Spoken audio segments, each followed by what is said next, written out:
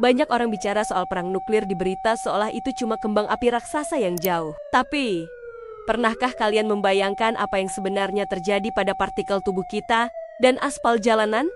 Dalam 0,1 detik pertama akibat ledakannya, jurnalis investigasi militer bersama para pakar fisika nuklir baru saja merilis simulasi pada bulan Maret tahun 2026 yang sangat mengerikan. Berdasarkan riset dari pakar geopolitik ternama, seperti Koni Rahakundini Bakri dan laporan mendalam dari Kompas.id.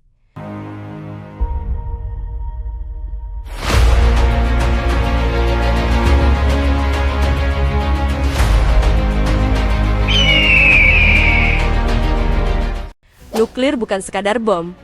Dia adalah matahari yang mampir ke bumi, tapi lupa ngerem. Inilah anatomi kehancuran yang coba disembunyikan media arus utama, karena terlalu traumatis untuk ditonton secara terbuka. Fakta pertama, tahap penguapan. Dalam hitungan milidetik, setelah hulu ledak meledak, sebuah bola api plasma muncul. Suhunya 100 juta derajat Celcius. Itu 10.000 kali lebih panas dari inti matahari. Ibaratnya, jika kota ini adalah sebuah es batu, dan bom ini adalah besi membara yang ditempelkan, es itu tidak akan mencair pelan-pelan, tapi langsung menguap jadi gas dalam sekejap mata. Pakar dari Lemhanas mengingatkan bahwa dalam radius 2 hingga 5 km dari pusat ledakan ground zero, tidak akan ada puing yang tersisa. Bangunan beton dan baja bukan hancur, tapi lenyap menjadi molekul udara. Di titik ini, saraf manusia musnah sebelum otak sempat memproses rasa sakit. Kamu hilang bahkan sebelum kamu sempat berkedip. Fakta kedua, setrika raksasa dari langit. Setelah bola api, datanglah radiasi termal yang merambat secepat cahaya. Jurnalis teknologi di Tempo.co mengungkap fakta horor tentang cahaya kematian. Ibaratnya seperti kamu berdiri di depan oven raksasa yang pintunya tiba-tiba dibuka lebar. Kamu belum mendengar suara ledakannya, tapi kulitmu sudah terasa gosong. Siapapun yang melihat ke arah ledakan dalam radius 80 km akan mengalami kebutaan permanen seketika, karena retina mata mereka hangus terbakar. Pakaian akan menempel di kulit, dan benda-benda yang mudah terbakar seperti gorden, plastik, hingga rambut akan menyala sendiri tanpa disentuh api. Inilah tahap di mana seluruh kota berubah menjadi satu tungku pembakaran raksasa yang mengisap oksigen keluar dari paru-paru siapapun yang masih bernapas di dalam bunker dangkal. Fakta ketiga, tinju angin.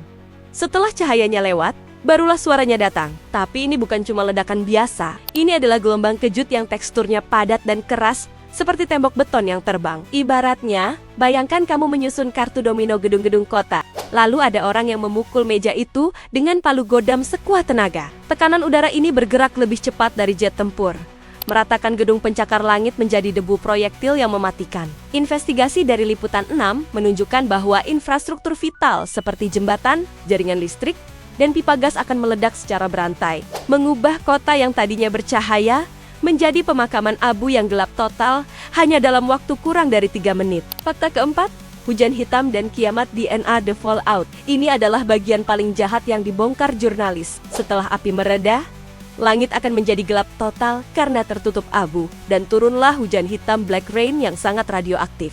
Ibaratnya seperti kamu lagi makan kue, lalu di atasnya ditaburi bedak yang isinya racun mematikan yang tidak terlihat. Debu ini akan masuk ke sumber air, sumur, dan tanah. Pakar militer memperingatkan bahwa bagi mereka yang selamat dari ledakan awal, ancaman sebenarnya baru saja dimulai.